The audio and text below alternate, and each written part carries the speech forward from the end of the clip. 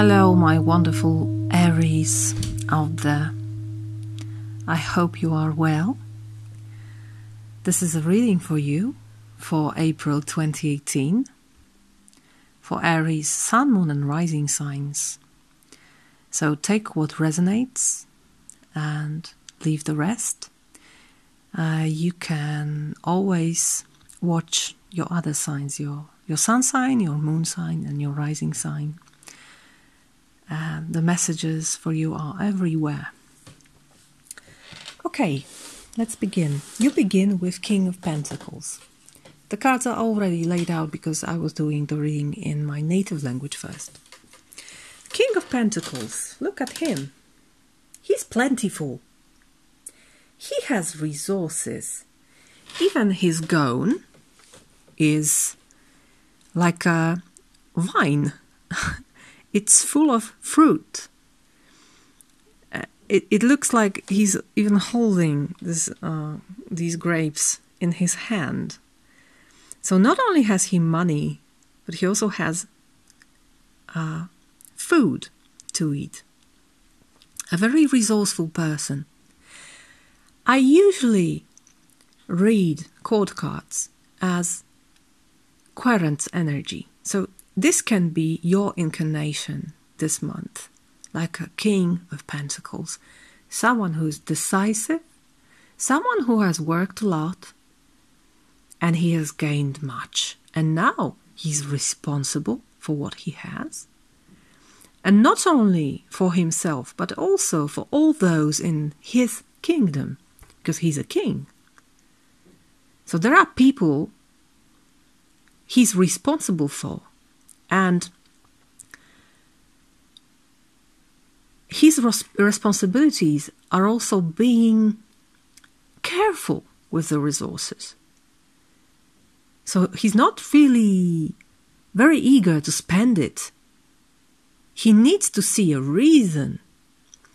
He wants to invest well, because this is the fruit of his labor. So very stable, very grounded energy, very, very resourceful and very responsible. Okay, this is your starting point. Then you have how it unfolds.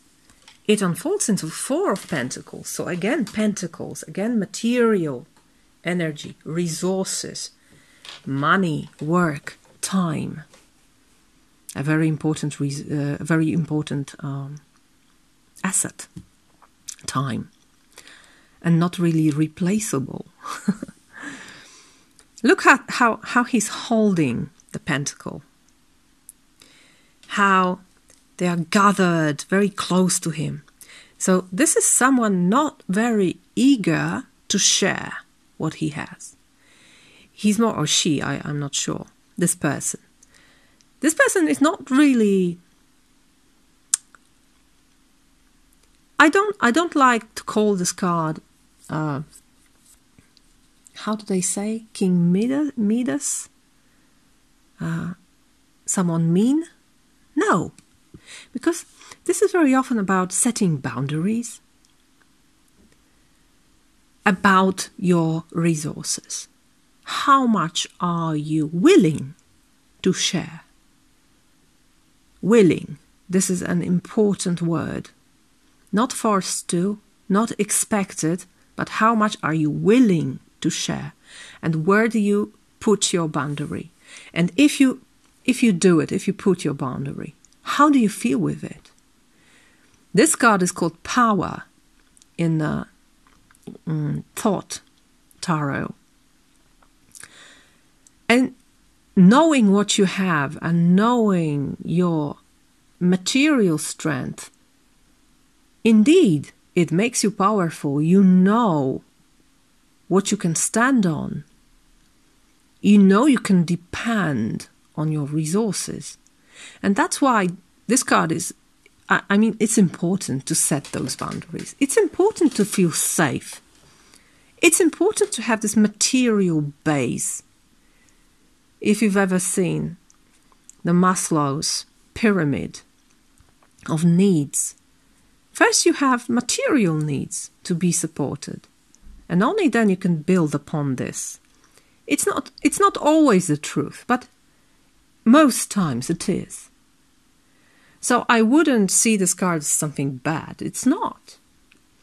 It's being, again, responsible with your resources and sharing what you want to share, not what you are expected to share, because these are your resources and you have every right for them.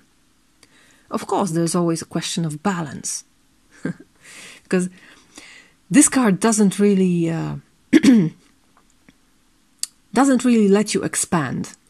But it's not about expansion here. It's about safety. It's about stability. It's about setting boundaries and building base for something. Okay? It's also important. Culmination card. You have Queen of Wands, and I have no doubt this is your energy. Radiant. Also powerful. Joyous.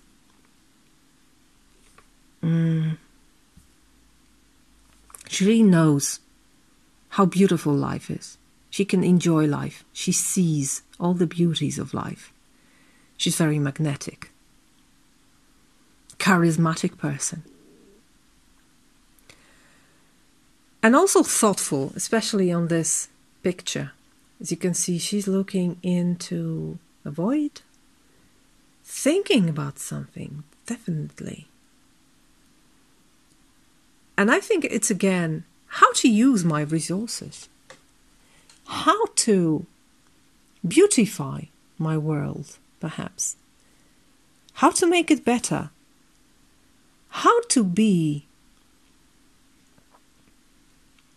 what I am supposed to be. Because this card is the card of becoming who you are supposed to be.